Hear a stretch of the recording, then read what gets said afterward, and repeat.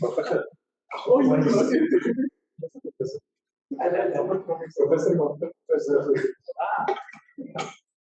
I think it is purposely done.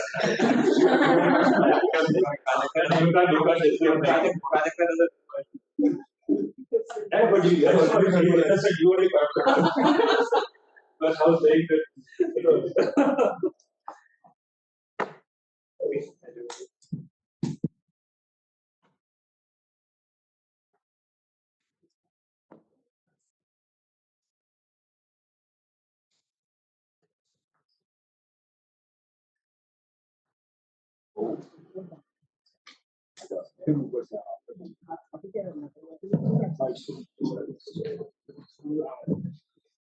And I realized.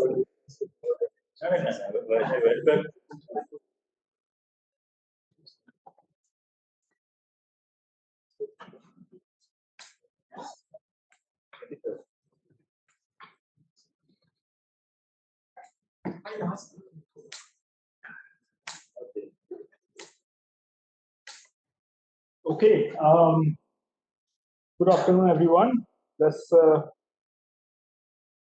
start today. So it's a pleasure to introduce you to Professor Piyali Chatterjee. She's a faculty at the University of Astrophysics since 2015. Before that, she was postdoctoral fellow at various places, including JFR, Nordita, IUCAA Observatory, and University of Oslo. And prior to that, she did her PhD as JAP student. No, JAP student? No, IRC student. On flux transport dynamo and solar cycle prediction with Arnav Rai Chaudhary at the Institute of Science. She essentially is a computational fluid dynamics person, and she applies those techniques to study sun.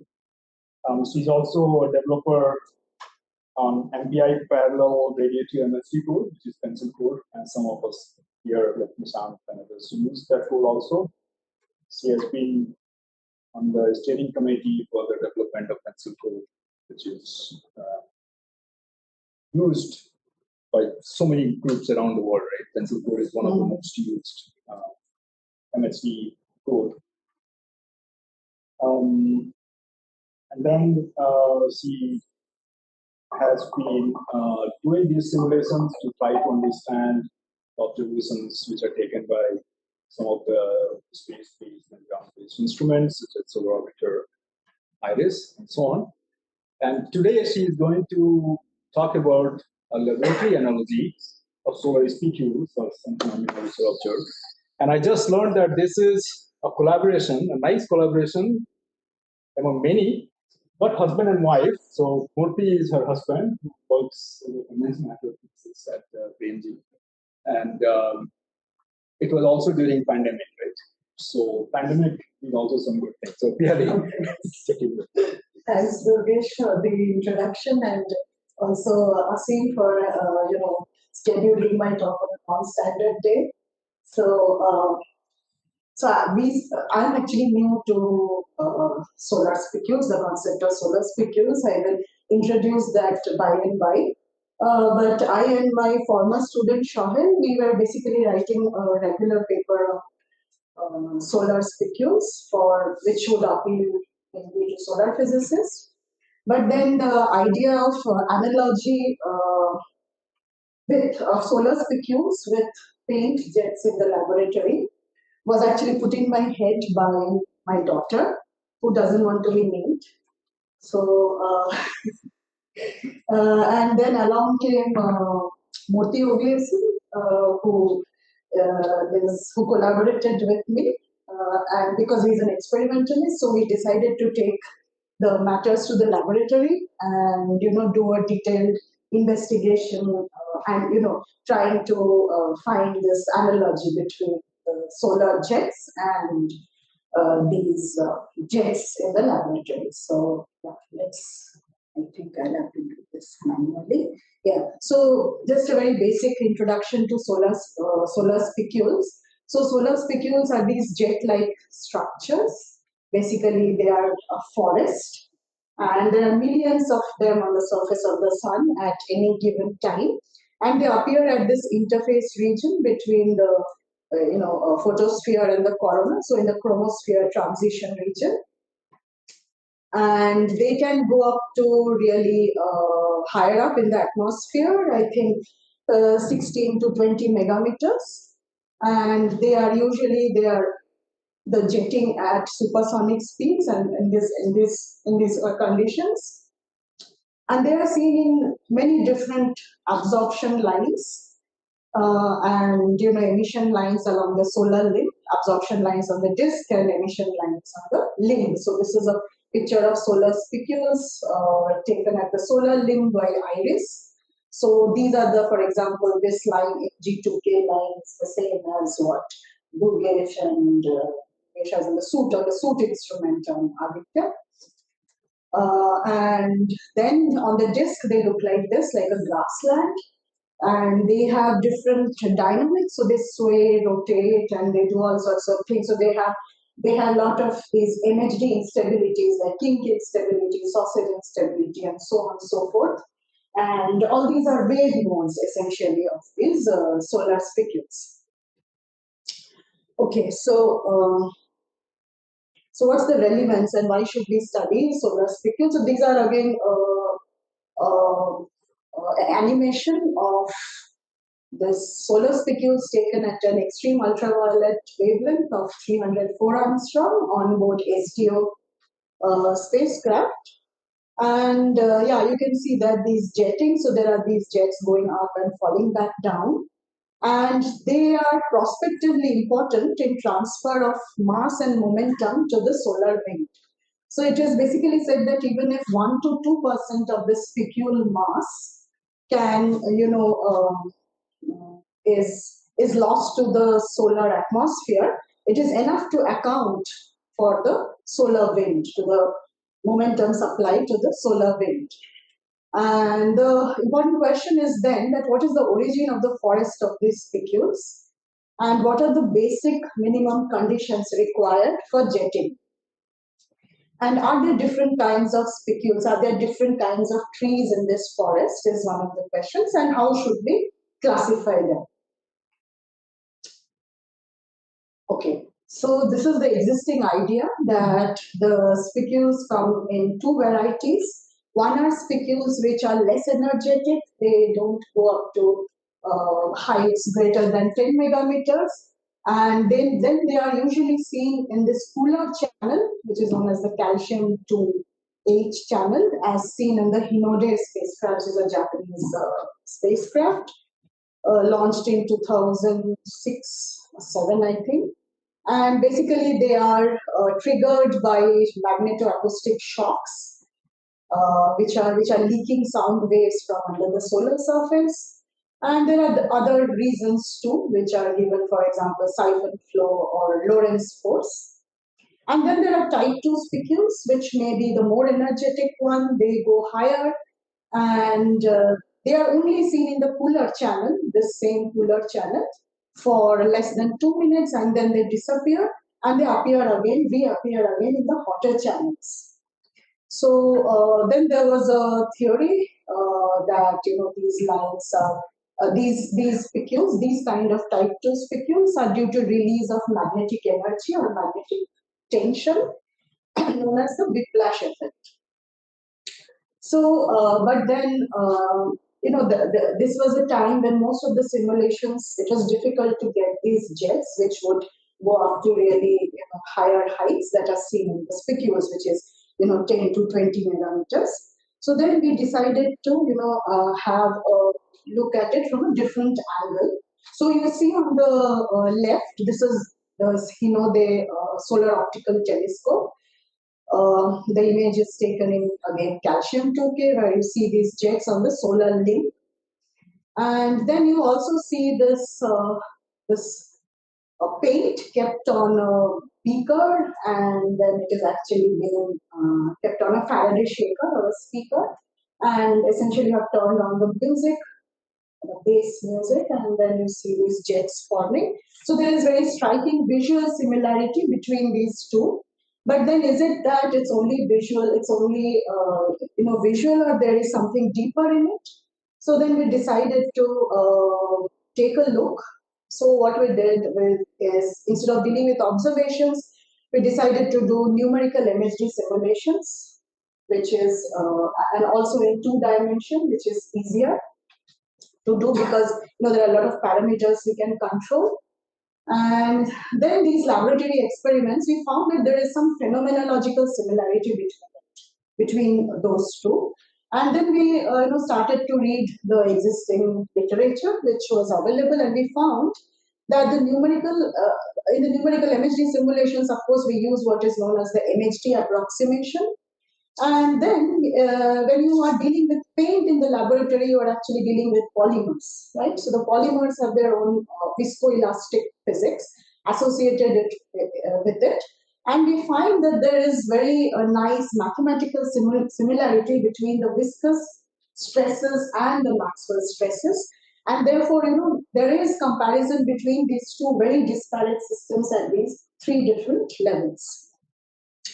So, the first is we make this table. So before we go further, we can make this table by comparing the observed plasma jets on the sun to a very simplistic paint experiment that you saw.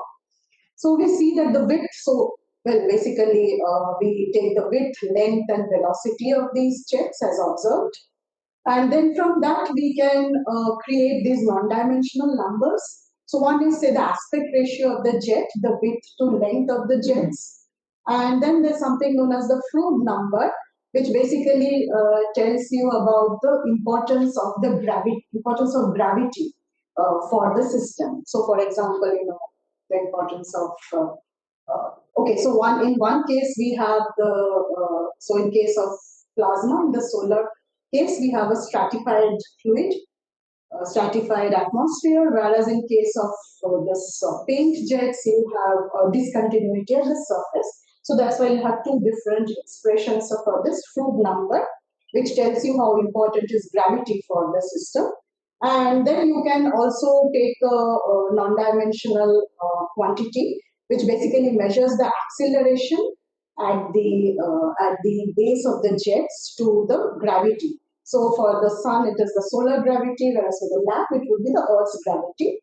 And finally, you can create this non-dimensional number by multiplying the frequency of the driving. So in the solar case, the typical frequency is this 3.3 millihertz of 5 minutes, which is basically the granulation frequency, and multiply it by the lifetime of the jets. So you have these 4 different non-dimensional numbers, and I would say at least all these 4 non-dimensional numbers, they fall in a similar range for these very different jets in the 2 cases. So definitely it's worth looking at what is really happening. So is it a feature of ballistically driven jets in both systems is what we want to explore. So now, before I go into the solar case, a short introduction to how these jets are forming in the laboratory. So in the laboratory, suppose you take this container and place it on a Faraday shaker, and then you have 2 things in your hand, 2 parameters. One is the amplitude of the driving, and the other one is the frequency of the driving, right? And you can vary these 2 parameters. And then for example, there's an equation for the damped driven oscillator, where this zeta is basically the distortion of the surface, and sigma is the attenuation or the dissipation. This omega, capital Omega, is the frequency is the dispersion relation for the surface gravity capillary waves, because there is surface tension also involved in this case. And what these people found was they did this experiment with a fluid known as silicon oil. And they gradually increased the amplitude and the frequency, and they started to see these patterns on the surface. And note that the amplitude is not very high, so there is no jetting. But you can see that initially it is like really very linear, the shape of the container.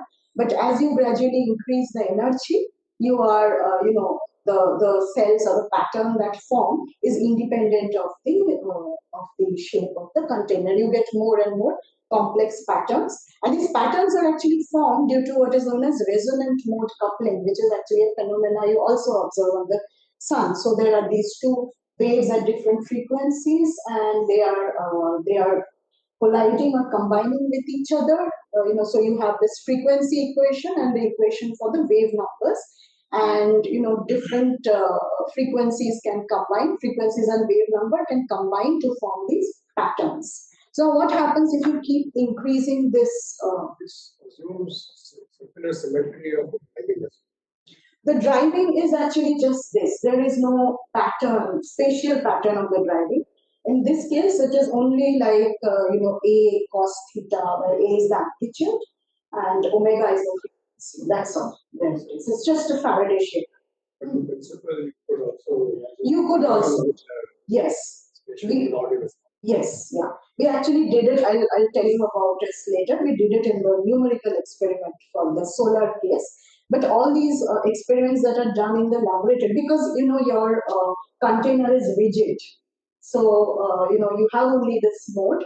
But of course, I mean, in general, there would be, but then you need a very high frequency to make the solid thing also go like this. So that we have not explored, but there's also very, very less amount of work done on this kind of thing in the laboratory. But yeah, it is possible. So if you further increase the amplitude of driving, then amplitude or frequency depends on that dispersion relation. You see these jet ejections from these patterns. So this was an experiment that we did. So this is with a polymer known as polyvinyl alcohol. So now this is polyvinyl alcohol with iodine added in it. So this is basically what vinyl is made of. So they are also used in photographic plates, the polymers that stretch, right, and polarize light. So it is basically in a fluid form, and then you shake it, and then you get these different jets. And okay, so why do these jets form here? Basically, what is happening is the surface is undulating. You saw there was this Matthew equation, which you can solve in a nice linear case. But when you increase the amplitude, maybe things are non-linear. You won't be able to use that equation anymore. So what happens in a linear case is, you have the surface. The interface between a fluid and the air, basically it develops these curvatures, very strong singular curvatures. And when that happens, so this basically forms a jet upwards. So because the surface just wants to become smooth, so it just pushes it and there's a jet which forms. So essentially that is what will happen in this case. So now I'll do a little bit back and forth between the fluid, the lab, and the numerical experiments, so that I'm putting everything in context. So these are the MHD. So in the solar case, these are the MHD equations that we solve using the pencil code. So we have the density equation, the mass conservation equation, the Navier-Stokes, and we have the induction equation, and we have the equation for temperature or entropy. We also solve, and there are little details which I'll come later, or maybe not. One interesting thing is in pencil code we actually solve for the vector potential rather than the magnetic field, because when you solve for the magnetic field numerically, the magnetic field can end up being not divergence free. So you have to make sure the divergence of V is 0 all the time. Whereas if you are solving for the vector potential and V is curl of A, so it's always that the divergence of V will be 0 because you are solving for A. And you take a curl of A, you have B. and whenever you take a divergence of curve, it will be zero. So that's one of the advantages of this code, that we don't have to worry about techniques called divergence cleaning. And then in this temperature equation, we have a lot of other terms, like for example, optically thin radiative cooling. We also have optically thick radiative cooling, and we have anisotropic conduction along magnetic field lines, the Spitzer conductivity. So, just trying to make the atmosphere more realistic. So this is essentially the model. So for now, we only have the atmosphere and the photosphere. We are not worrying about convection, what convection is doing to the atmosphere, because we will provide the driving. We want to do a parametric study. Just like in the lab, they were able to tune the amplitude and the frequency. We should be able to tune the amplitude and frequency of the driving in the numerical experiment. So we basically have a stratified atmosphere. This is the vertical direction, the Z direction. And this colored lines here is basically the density. So, there's a sharp drop in density at the photosphere, and then, it gradually decreases. And also in the temperature, there's a sharp drop in the temperature, and the temperature increases in the corona. So this is the temperature and the density. This is a stratified atmosphere. And then we also solve for the radiative transfer equation using an equation of state, because near the chromosphere and the transition region, the hydrogen is not completely ionized. So this Shah ionization takes care of that part, even though it is approximate, but still, we still use it because we want to do it faster and we want to see what exactly happens. I mean, we have to be able to do something. And what we do is, an important thing here is this vertical magnetic field. So we have an atmosphere, a two-dimensional atmosphere in X and Z, and we impose a vertical magnetic field in the Z direction. So the field is pointing in the Z direction and it is uniform. And the atmosphere is basically coming from a solar model, solar model, and then we force it at the bottom. So that's all we do. And what we find is, I'm just showing these two experiments side by side. One is an experiment, numerical experiment. Here in this case, it is in 3D, and on the right-hand side, you see a lab experiment with polyvinyl alcohol, which is also a polymeric fluid. And of course, this here, the forcing frequency is like this 5 minutes. So you see the time is in minutes, whereas the time goes in milliseconds in this case. So we have basically adjusted the speeds of these two movies, so you see them side by side. You initially see that the disturbance has the same shape as the box, as the container in both cases, and after some time it undergoes this nonlinear development and all hell breaks loose essentially, and you form jets in these both cases. So this is the first year of the phenomenological similarity. But this has to be studied a little more systematically by doing parallel experiments in both systems. So what we do is we have this numerical box and we have this lab experiment, and in both cases, systematically we will change the amplitude and the frequency, and we will create a phase space plot. And we will see if this phase space plot has similarities in case of the sun. The question that we ask is, at what minimum value of the amplitude for any given frequency of driving we obtain a forest of jets? Yes. So the difference in the time scales. Yes. This is because you chose parameters which would be realistic in the sun in the simulation, or is there something fundamental about in the sun? In the sun, the 5 minute is fundamental to the stratification and the surface temperature and things like that.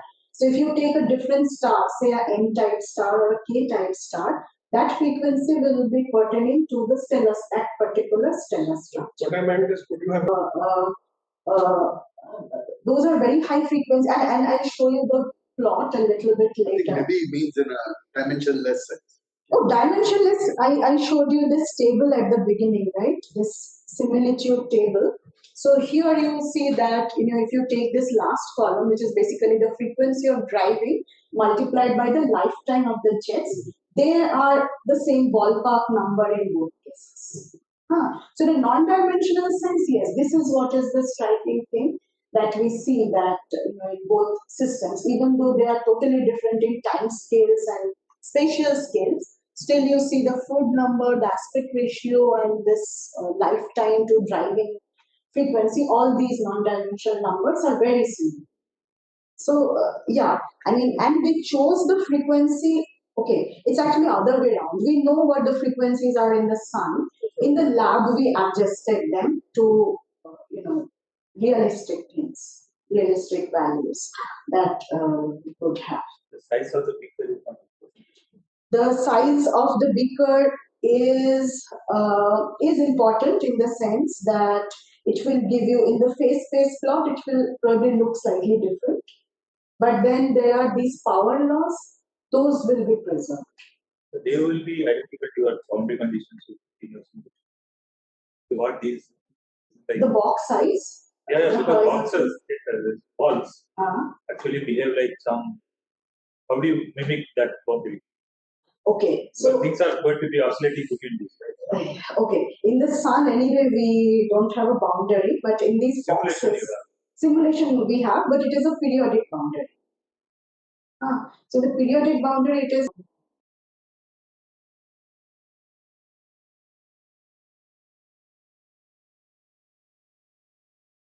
where it becomes, where the surface breaks into patterns and start forming jets. That frequency is dependent on the size of the beaker, and not just that, how much of fluid frequency and amplitude at which you will start seeing the jets.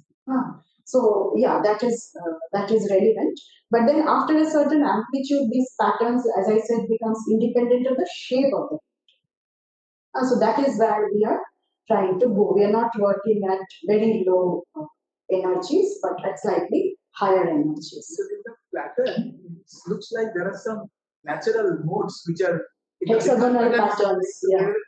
But in the other one, like in the solar district, because there is no boundary, there is no natural modes, like what are those called? P modes. There are P modes in the sun, and I mean, if you plot P modes on this YLM theta phi patterns, they will also have patterns. I see. I mean, if you see the vibrations of the sun from helioseismology, if you try to plot those eigenmodes on the surface, you will also have patterns. But I'm not claiming that those patterns are, the physics is the same. I'm not claiming that. That's true. But like if there are patterns, if you have certain length scale, actually, yes, like fundamental lengths, then that has to be compared to the beaker size, right? Because like in some sense, they will be related, because those modes will have higher amplitude than the other modes. Okay, so the dispersion relation or whatever you are solving, that will probably have the bigger size and the depth also. Like surface gravity, if you just write down the dispersion relation for the surface gravity modes, it has the depth. It doesn't have this horizontal size, but it does have the depth. And then it also, like I said, depends on the energy. You pump in more and more energy, the patterns will become smaller and smaller. So you are essentially exciting higher waves, higher K modes as you go up higher and higher. So after some time it will be independent when K is much larger than 1, which is the box size. There are many modes within like one bigger, but high modes, that is true. And also the modes are interacting with each other, like this resonant coupling. Yeah. So then you are getting more and more complex patterns. The last thing, because you are going for another, I'm unable to visualize. One is gas. One is plasma, another one is fluid. Liquid. Actual liquid. With an interface. Yeah. So should not worry about because interactions are very different. Interactions are very different, and one is incompressible, other one is compressible. So the analogies, for example, that are coming out is basically when are these jets forming, right, in both systems. So we are not saying that the systems are identical; they are very different. but then there is some underlying mathematical similarity between them. The physics is very different. The physics is very good. The mathematics has a lot of analogies in that, and the phase space is also mathematical, so that is similar. But the physics is different. Like for example, I showed that in case of the fluid case, you have this singularity of the surface, whereas how you don't have a surface in plasma. So what is exactly happening? So there I will show you. But just to give a spoiler, it is because of the shocks which are also discontinued. It's just like in case here you have this surface, right? So, okay. So, just to go back, so we will do these parallel experiments in both systems. So we have this atmosphere, which atmosphere in one case, and this liquid in another case, which we can, force at different amplitude and frequency, and we ask that at what minimum value of an amplitude, which is A, which is a function of the driving frequency F, do we obtain a forest of jets. So then we have to define what is a forest of jets. So this is basically subjected to that. So here we say that there are these cycles, 10 cycles, 10 time periods, and in 10 time periods I should be able to see at least 4 jets in each system. And also, to be called a jet, the aspect ratio should be, elongated. So aspect ratio has to be less than 0.5. So basically, the width to length has to be less than 0.5. So the first example here I'm showing is basically the numerical experiment with solar plasma, where we are applying this periodic, a harmonic driving. And if I play this movie, yeah. So you see that the last one which says less than a threshold. So basically the amplitude is very less. And here this is dotted line basically shows a particular height we have chosen to be 7 megameter on the sun, and we want all the jets to cross this line. Only then we will call it a jet, not otherwise. This is a little bit arbitrary. So this definition can be changed, but if you change the definition, you will get a slightly different phase space, but you will get some phase space plot nevertheless. So there is this minimum height that the jets have to cross to be called a jet, and the aspect ratio. And you see that when the driving is less than a threshold, you don't have any jets. And when it is just about at the threshold, there are some jets which are forming. And when this is greater than threshold, you have 7. And here we are forcing the solar plasma at the typical 5-minute periodicity, 3.3 millihertz. And in this case, basically, we have used not just time varying thing, but also a spatial thing. The reason is we could just do a sine omega t. But the reason is that if we just do that, the atmosphere takes a very, very long time to reach this phase where they are jetting. So basically, I have to run the code for a very long time. For a very long time, the code is not doing anything. So just to make sure we get our results faster, because we don't have so much time, so we just use this, like I was saying that you have this cos kx kind of driving too, but we are only doing it in case of the sun, in case of the solar atmosphere. So now what happens in the second case? The second case is of this polymeric fluid known as polyethylene oxide. So basically, it's available in a powdered form and mix it in water for a long time. So there's a huge procedure in making it. And during COVID, we had a lot of time, so you just get stirring it, and not by hand, but by a mechanical stirrer. And then would take about a day to create each sample at different concentrations of this polymer. So we would just do that. And here also we say, okay, we need at least 4 jets in 10 cycles. And again, it has to cross a threshold, which is given by this dotted line here. And they have to have this aspect ratio, which is less than half. So, and then here we give these numbers are basically the driving amplitude given in terms of the acceleration g, acceleration due to gravity, and the driving amplitude essentially. So if I play this, you will see that there are two cases where the jets never cross this line. So 4 jets in 10 cycles don't cross this line. So we say there's no forest of jets. But in these two cases where the amplitude is slightly higher, we see that this criteria is satisfied and we say there's a forest of jet. So basically these are the way we do the experiments. And then we are able to create a phase space plot. So in the phase space plot, the way it is created is the y-axis is the driving amplitude in terms of acceleration. So this is also non-dimensionalized. So divide by the acceleration of the solar surface. And the x-axis is basically the frequency, and this we have also non-dimensionalized by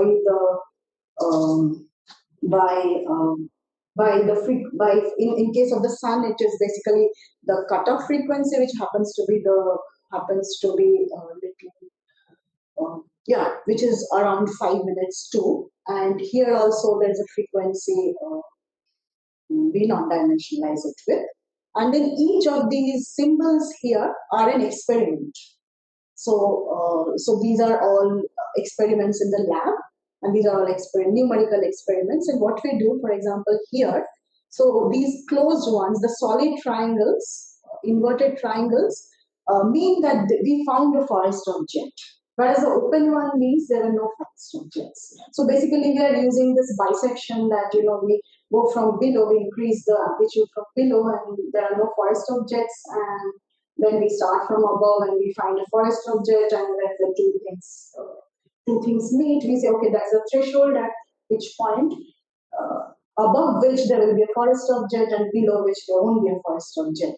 So for example, if I try to join lines here, I will get a certain line, and above this line you will have a forest of jet, and below this you will not have a forest of jet. And then this is the case for the solar atmosphere, and this is the phase space plot for the polymeric fluid. And you see that in polymeric fluid, of course, people have studied this from the point of view of what is known as Faraday instability, but they are not interested in jet formation, but they are interested in pattern formation. So this case where we studied the system for jet formation, we also find a very similar power law, which is frequency raised to 4/3 for the polymeric fluid. However, we don't know what is the power law in case of the sun. We don't know if it is even worth calculating such a power law and saying it is universal or not. Because for the fluid, whatever fluid people use, they always report this 4/3 power law, and we also reported it. But what goes as 4/3 power? Okay, so this I told you that you can separate the phase space into forest of jets and no forest of jets, right? Yeah. So this threshold. This is threshold here. So you have amplitude as a function of frequency. So the instability or the jet formation threshold goes as frequency raised to 4. Is this really independent of the previous choices that you made in defining the jet? Or did you put a certain bar above which the jet or which the blob should go in order to be called a jet? Right. So it's an excursion set problem. So now if I increase the excursion set threshold, the thing that you call a jet becomes will be different. So okay, in case of the fluid, it is not. In case of the fluid, you will always have this 4/3 dependence, because several authors, like I said, the people who are not looking at jet, they are only looking at this pattern formation, and they say that when this very complex pattern starts forming, when you cannot recognize them as very regular shapes, is this instability known as the Faraday instability. So even for Faraday instability, they report this 4/3 kind of a power law, and we are looking at much higher amplitudes than that. We also report this 4/3 law. So I would expect that this kind of thing is independent of what my definition is. But okay, for the case of the sun, you will also get the same pattern, but the two curves are of course not going to fall on each other. So you get a different curve. You get a different curve maybe above or below, but then I would expect, we have not tested it, that it will have the very similar shape. So at least in these two cases, we are able to separate this phase space into three different regions. So, we have just demarcated them as R1, R2, and R3. So this R1 is basically the region of very low frequency. And in both cases, you see that there is a leveling of, formation of jets here. So which basically means that it becomes more and more difficult in this region. In fact, in the sun, you stop forming any sort of jets if you go to really low frequency because of a different reason. Well, there's something known as a cutoff frequency. So if a frequency of driving is very low, you don't see the response in the atmosphere. The atmosphere doesn't respond. And the similar thing happens at high frequency. So you see, you increase the frequency, you need more and more amplitude to drive it. So again, it becomes more and more difficult. And they have different, okay, so this region R3 is probably slightly different here in the polymeric and the solar case, but at least region 1 and region 2, they have similarities in terms of this, what is really happening from the jetting point of view. So, and then you see the frequencies are very different. So you see this is in millihertz and this is basically in hertz. So this is a demonstration of phenomenological similarity between the two systems. So we would say that one of the reasons for having this jets is having this large amplitude excitation or large amplitude driving. So this is called third because the first two are fluid, being fluid. Plasma is also fluid, and the other one is stratification or gravity.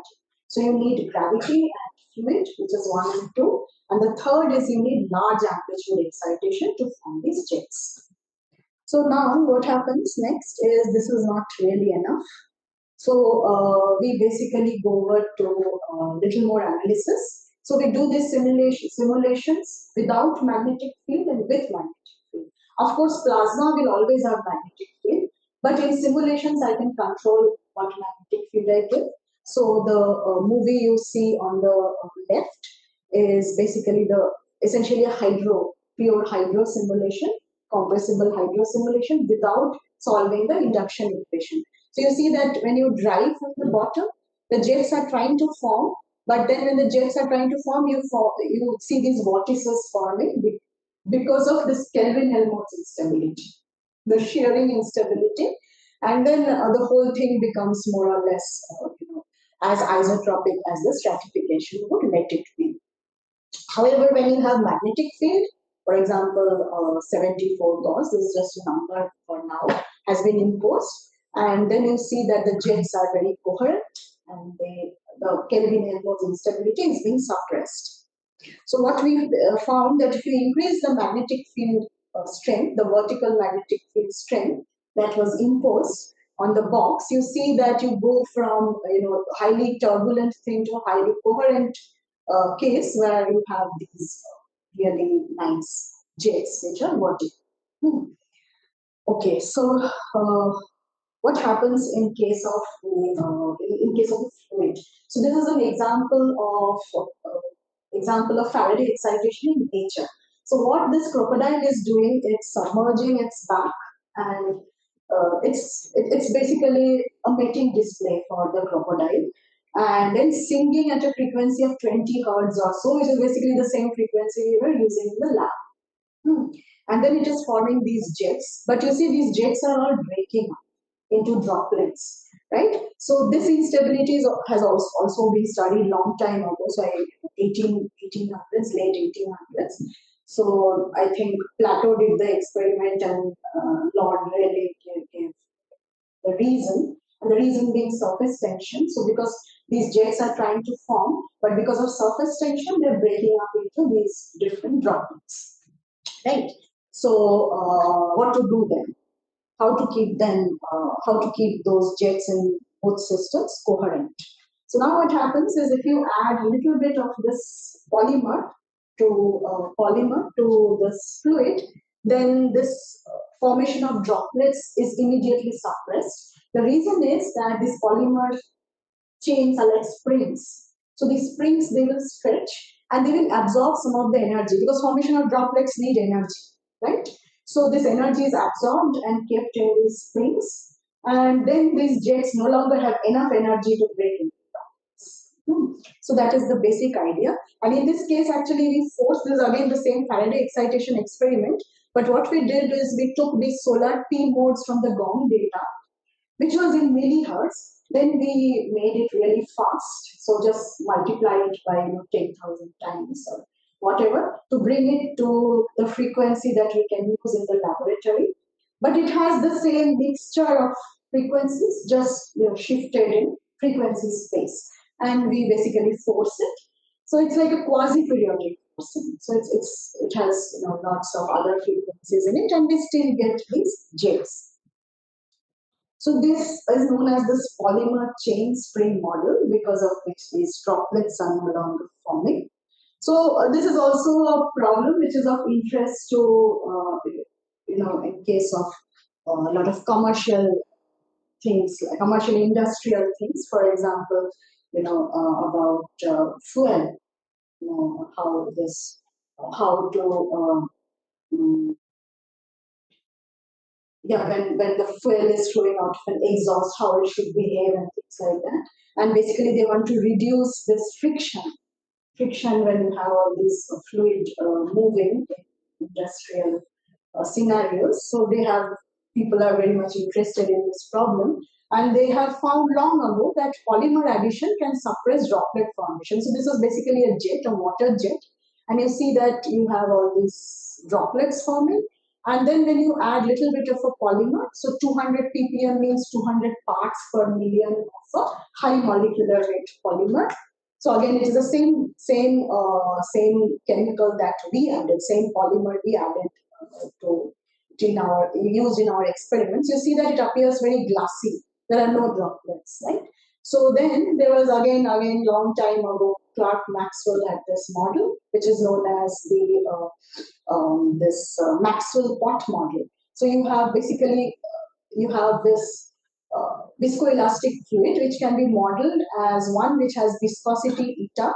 So basically, this is some kind of a piston moving in a beaker, and then you have a spring. So how does this behave? So spring is known as a spring pot model, and so you see in a very simple scenario, you will have the stress which is proportional to the strain rate in a fluid. But then in case of a viscoelastic fluid, you also have this extra term where there's a relaxation time and the rate of change of stress that comes in, right? So this is the property of viscoelastic fluid. So basically, there is in viscoelastic fluids, we define a non-dimensional number known as a Deborah number that has some biblical significance, which basically says that if you wait long enough or you observe long enough, even the mountains will move. So at that time scale, the mountains are also appearing as fluid. So basically, it says the relaxation time to the observation time. So if your relaxation time is really long, so basically, which means the Deborah number is going to infinity, you get elastic solids. Whereas if your Deborah number is really small, you have viscous fluids. So there is basically a transition from fluid to an elastic solid, and in between the spectrum is the viscoelastic fluid, which is basically the polymers. Okay, so now there are different models to define these polymers, and there have been studies on the relationship between the MHD approximation of the plasma. MHD is an approximation, it is not quite what is happening in the plasma, because in MHD we use the single fluid approximation. We just say that ions and electrons, you will consider them as a single fluid, and then the collisions are so many in that plasma that it has reached a saturated stage. Even if there are more collisions, the state of the plasma is not going to change. So MHD, you need collisions and you approximate things as a single fluid. And in MHD, you also want that your length scale is larger than, say, the Larmor radius or the Debye length and things like that. And your time scale is again larger than the collision time, and the collision time is basically a mean free path divided velocity. And any time scale that you can imagine that is happening in the particle Yeah, you can say that, I am in the MHD domain. So similarly for viscoelastic case fluids, there is something known as Aldrich B model, which also uses similar approximation. So it assumes that these polymers are like springs which can be extended infinitely, and they are characterized by a solvent viscosity, a polymer viscosity, and a relaxation time. And for now, change in interactions can be neglected. So the idea is that viscoelastic stress is basically the back reaction of the polymer chains on the solvent. Similarly, in case of the MHD, the Maxwell stress is the back reaction of the magnetic field on the plasma. And if you see this parallelism, then the long chain polymers, they will interact with thermal fluctuations in the same way as the magnetic field is interacting with the plasma turbulence. So that is basically the similarity here. And mathematically, if you were to write what are known as constitutive equations, which are basically the equation of the stress tensor.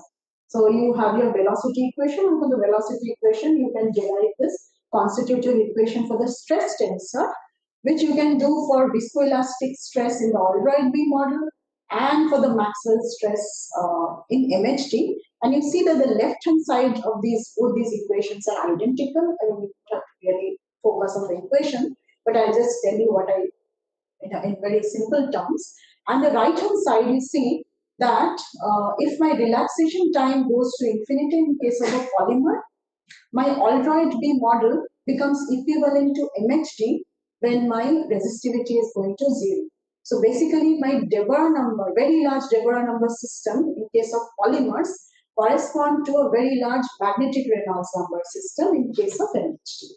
So this is basically the similarity.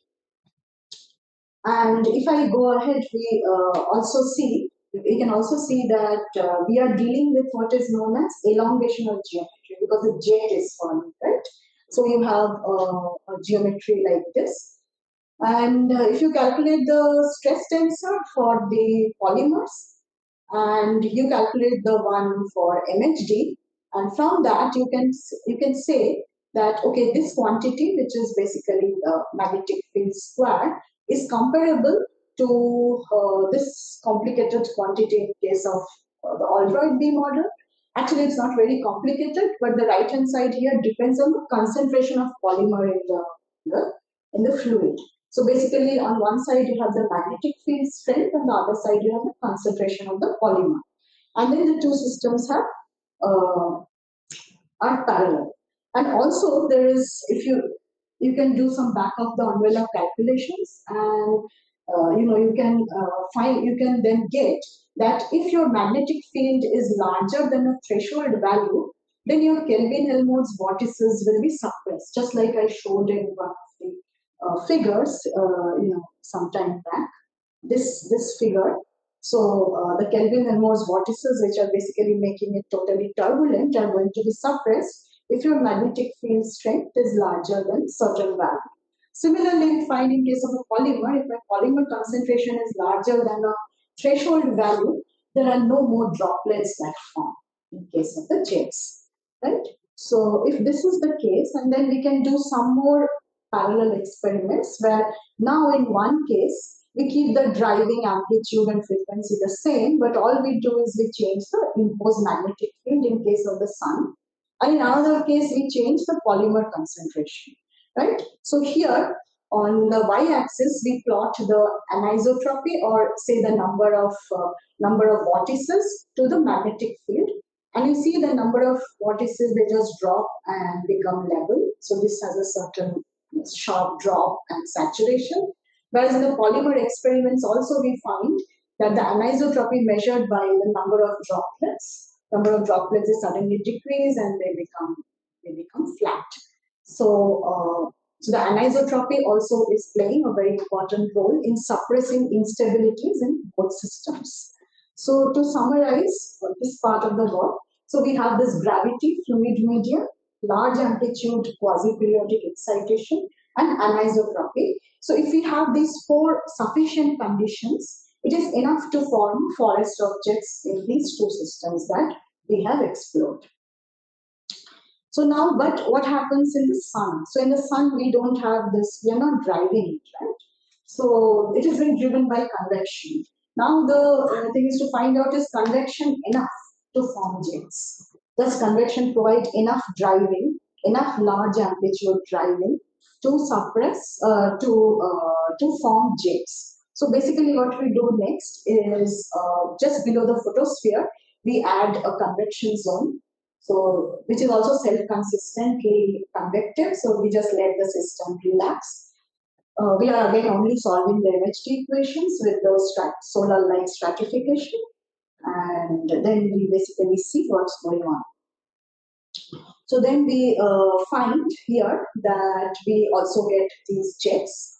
So these are jets which have been forward modeled to give this synthetic silicon 4 emission, which is this line here, and this is sensitive to this plasma at temperature 80,000 Kelvin.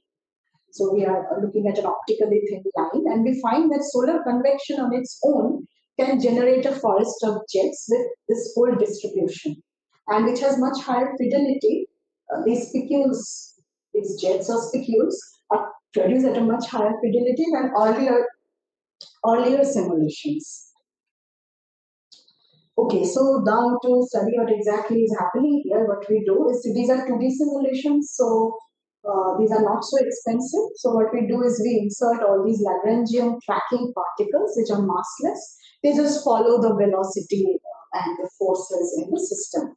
And just before I start the movie, I would like to explain that this the figure here shows vertical acceleration. So the green regions are regions of very high vertical acceleration, highly positive vertical acceleration. And whereas on the right hand side, we are plotting vertical velocity. So again, when you have green, you will have positive vertical velocity. And yellow is basically negative vertical acceleration or negative velocity. So if I run this movie, you will see that there are these regions of strong vertical acceleration which are forming. And just below the vertical acceleration, you will see that the vertical velocity is also large. And the regions which are marked in black are regions of very large compression, which is basically like shocks, right? So if I try to just condense the movie into, just try to follow one spicule from that earlier movie. So you see that these are these acceleration fronts, green, and they are moving up. And as they move up, just below the acceleration front, you see these little baby jets growing here, right? If you follow these arrows here, you see that this acceleration front, as it moves up, it is energizing the plasma and forming this jet. So the conclusion here is basically this green regions are regions of slow MHD shocks, and they are providing this strong positive vertical acceleration that is lifting this spicule material up. Okay, so this is again just showing the time distance diagram to show that the red are the regions of the shocks, and just below it you have high Mach number greater than 1 plasma rising up along with it. So it's just a way to represent the same thing. And here we basically summarize a recent work which we submitted again on studying the shocks. So when you study the temperature and the density across the shocks, we see that they satisfy this Rankine jump conditions. So they are indeed slow MHD shocks along the magnetic field line. And it is so you can ask the question, so are the shocks driving the spicules, or the spicules are themselves so fast that they are driving a shock? So which is happening? So then we made this cartoon where we say that, okay, the shock was driven by a jet. So you will have this shock time distance curve and a jet time distance curve. They will only coincide at a point and then they will separate. Whereas if you have the jet driven by a shock, in that case you will have the shock and the jet traveling together and coinciding for some time before separating out. And in our model, we basically find that it is a jet which is being driven by a shock. And also another interesting thing is that the strength of the shock is positively correlated with the height of the spicules. Right? So stronger the shock, longer is the spicule, which is you would expect if the shock is driving the solar spicule, right? So I would just go ahead. This is something I can summarize quickly because I think I don't know how much time I have. So basically here the question was that what is the role of magnetic fields on the spicule heights? Because there have been some studies which say that if you observe spicules near the active region, those spicules are much shorter than what you observe in polymer poles and quiet sun, right? So we wanted to really study what is the role of magnetic field on the spicules. So basically what we do is, again, this is a 2D simulation, and this dimension is time. So you see that like any gravity force system, they are following this parabolic trajectories. And if you take a cut, horizontal cut like this through this cube, these wiggles are basically what are spicules, right? So this is time in this direction, and this is space. And you see these wiggles, these are the spicules. And if you count the number of wiggles, you will basically get the number of spicules which are higher than a given height. So you want to do the statistics of spicules here with the magnetic field. So we keep changing, we change this magnetic field from the lowest one to 10 Gauss to 200 Gauss, 4 different simulations. And we find that, the statistics is very same. Basically, the distribution as a function of height is very same if you normalize it. However, what we find is the height of the spicules are basically decreasing as you increase the magnetic field from, say, 10 Gauss to 200 Gauss here. So this is similar to what has been reported from INSF, Hinode data. And so this is basically the reason why this is happening. So you have this you have the photosphere, right? So the photosphere is getting distorted because of the convection. And when it gets distorted, it will have a certain amplitude. And if we increase the magnetic field that is imposed, this amplitude actually decreases. So you see this is 10 Gauss, and you see how much the photosphere is getting distorted. Whereas if you impose 200 Gauss, this is really less. So this is expected because in magnetoconvection, we increase the magnetic field, it becomes really hard to distort the surface because of magnetic tension. So therefore, the spicules are basically lower in height when you increase the magnetic field. So this is a very recent result, still under review, that we also wanted to explain from observations. So you have this Hinode data again, where they are looking at this calcium 2 line, and you see these spicules. They are doing all sorts of things here, for example, rotating, and sometimes see these bunches of spicules which are rotating. And we wanted to find out what is really happening in this case. So we did a 3D simulation with everything, and we found that the spicules, they are not conical jets. They are not jets like this, but they are rather curtains. They are more like curtains. So basically, what is happening is you see them as jets because the images of the sun that you see are always integrated along the line of sight. Right? You don't see a 3D version of the sun. You always see this 2D thing, which is integrated along the line of sight. So these spicules are basically like these curtains which are rising and falling, and they are undergoing the same dynamics. But what you see is essentially integrated along the line of sight. So for example, this is this curtain which is gathered too much here, and that's why you see a large amount of emission than, say, other regions. For example, here and here. Right. So you have this. If I run this movie again, so there is this convection here, which is driving it. I don't know why this movie. No, this is a movie. So this is driving it, and then you have these curtains following. These blue regions are again those shocks I showed you, which is forming the spicules. So we basically predict that in reality these spicules are more like these 2D curtains rather than 1D conical jets.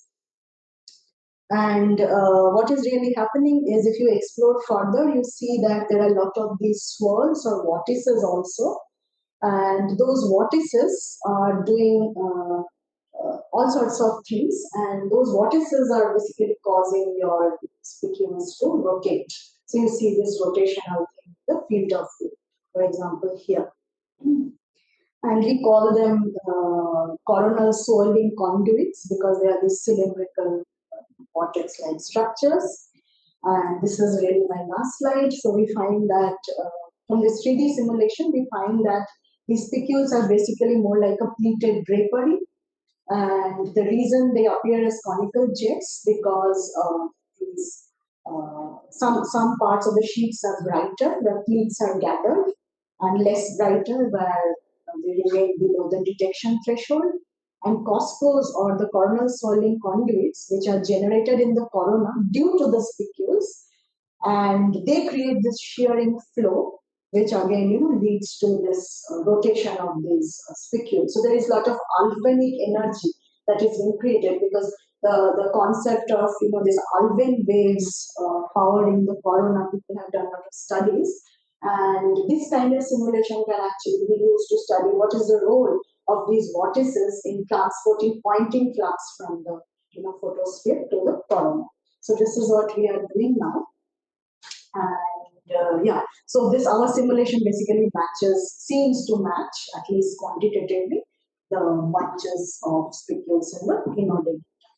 So yeah, thank you for your time and speaking. Do you have questions? So I guess at this point, lab is not there. No, this is no longer in the lab. Last part of the talk was not lab. In the lab, I mean, the paint movies, we did have this wall forming. There was this wall forming and the crispation happening. So we see those, and there are some experiments, lab experiments, where we see the, for example, things twisting, the jets twisting also. But it is a lot of work to actually create the analogy between this and that. But independently, there are some papers which have looked at the twist of the jets and not us. Here, so in what sense has the lab experiment used to understand? The driving. I've done both kinds of the experiment. I've done the energy simulation. Can I just argue that I've done the energy simulation, which you put in, and reproduce the results that you see in observations of the sun. And it's not really that your lab experiments fed into the kind of ingredients. No, but in the observation, I cannot change the parameters, right? So the thing that this comparison is doing is, it is basically saying that there is something fundamental in production of the jets, and even though that these two systems are very disparate, since they have this mathematical similarity, I can identify at least 4 sufficient conditions for formation of the jets. This I cannot do with only parametric study. Parametric study is possible. To gather what is the important. What is the these 4 conditions? So identify these 4 conditions. We needed to do this parallel experiments. Is it clear that reconnection has nothing to do with the formation of the jet? Oh, we are not saying reconnection doesn't have. What we are saying is there are if you only argue about a forest of jets, a vanilla model for a forest of jets, then these 4 conditions are sufficient. But if you want special jets, then you have to do special things like reconnection. But it is not clear if that will give you a forest of jets. It will produce jets. I mean, recently, Durdesh and his scholar, they have a paper where they have reconnection and they are forming they don't talk about spicules, but they talk about this coronal hole jets, right? So if there is a reconnection, there will be a jet. But is it going to produce a forest of jets is the question. Now we are saying that these 4 basic conditions will give you a forest of jets. We are not saying that reconnection will not. I mean, if you want special kind of jets. Mention reconnection. Yeah. There is We no have- solar talk where you don't hear reconnection. So, No, we have reconnection in the numerical experiment, but what the reconnection is doing is it is channeling the plasma along the magnetic field lines, but it is not generating the jet. The generation of the jet is being done by these acoustic shocks. But where will the plasma go? That is being determined by the magnetic field. And in some regions, the magnetic field is reconnecting, and therefore the plasma is able to go up. Even the magnetic field is like this. There's a reconnection above that. The plasma can go up, right? So it is channeling the plasma, but it is not driving the plasma. At least not in this vanilla model.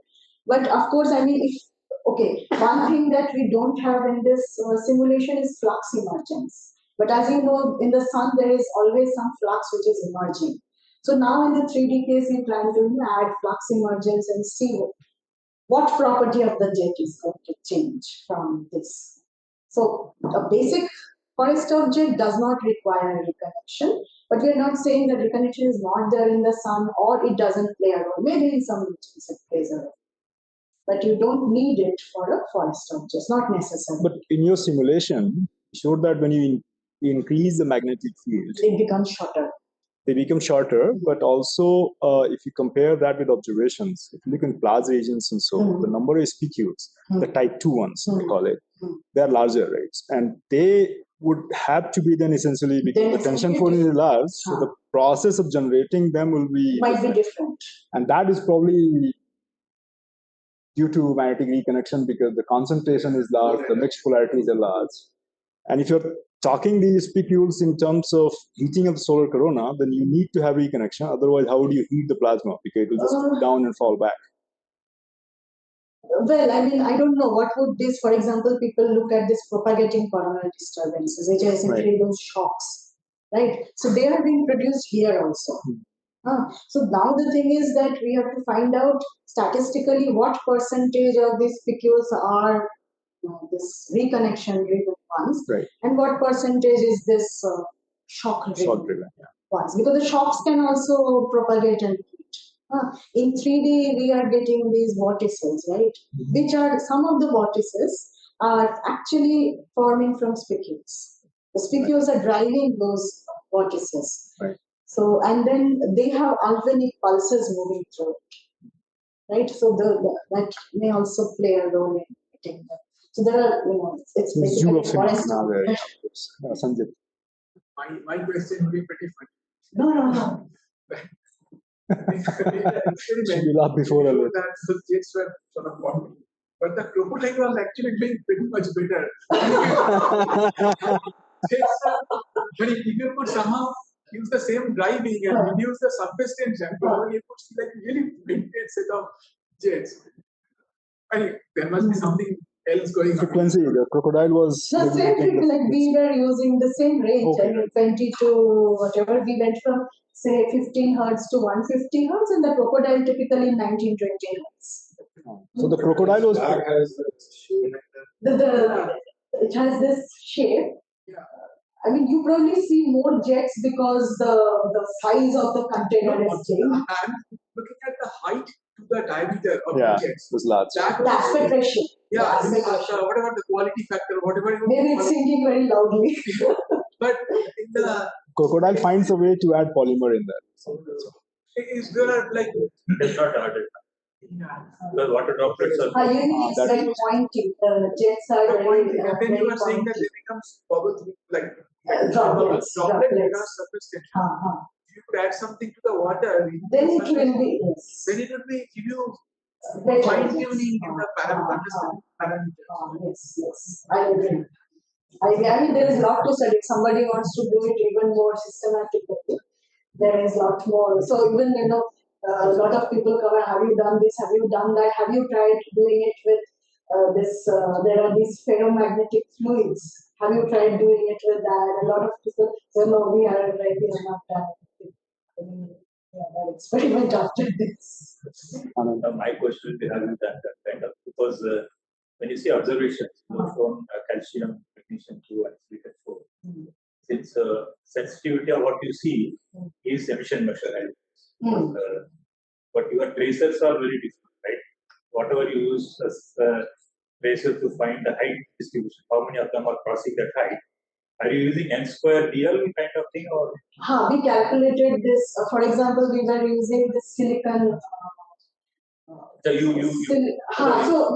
So we have the temperature and density in the simulation, and then we pass it through a filter for some function, which basically gives me the synthetic silicon for intensity. The collisional equilibrium kind of the gas with particular temperature will emit some.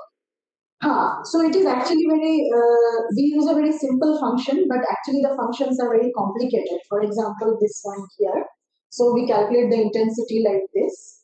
So this is basically a function of this is the density, and this is the line of sight integration. ds is along the line of sight, and this is the temperature. And this is the contribution function. So here we have taken a very simple Gaussian sort of function. But you can take it more complex from Chianti package, or you can use some. P lambda comes from where the collisional equilibrium, where it's yes. Assumption of optically thin.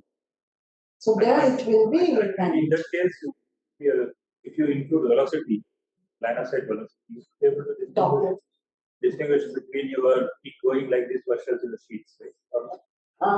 Jet versus sheets. Whatever is green. No, jet versus sheet actually requires you to have a stereoscopic observation.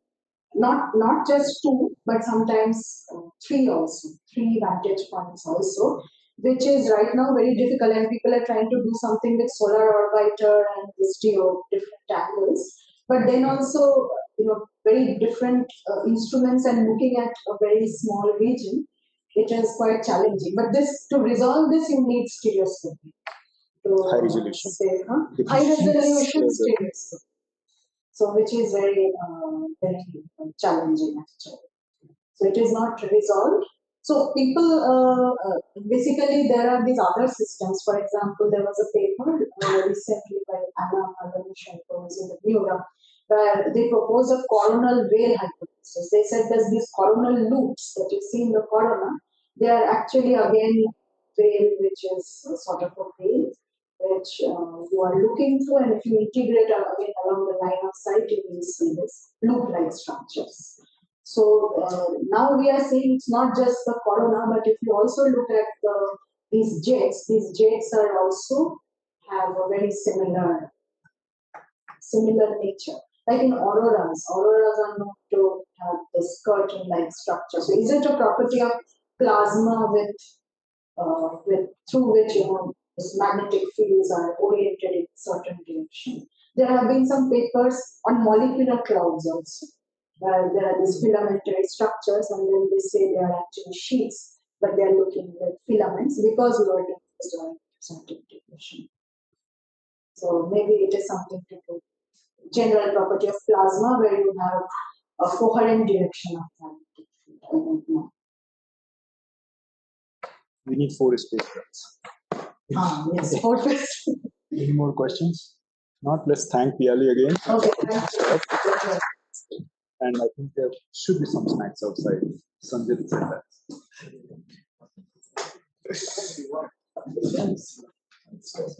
This curtain thing was I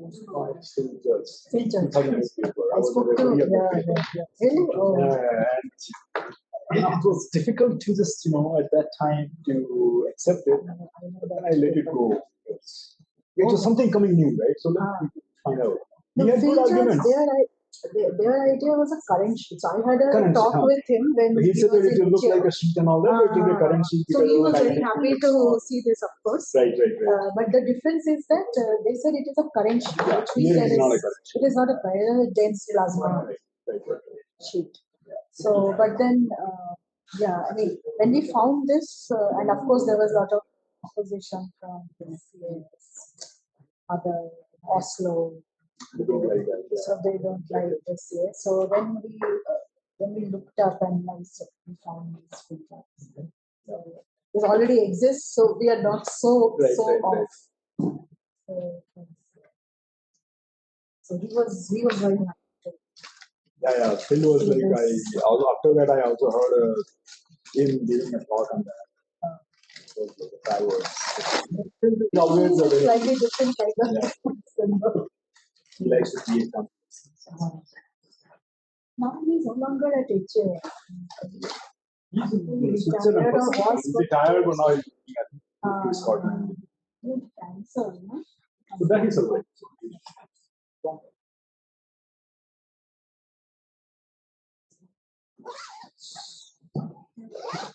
Close the Zoom.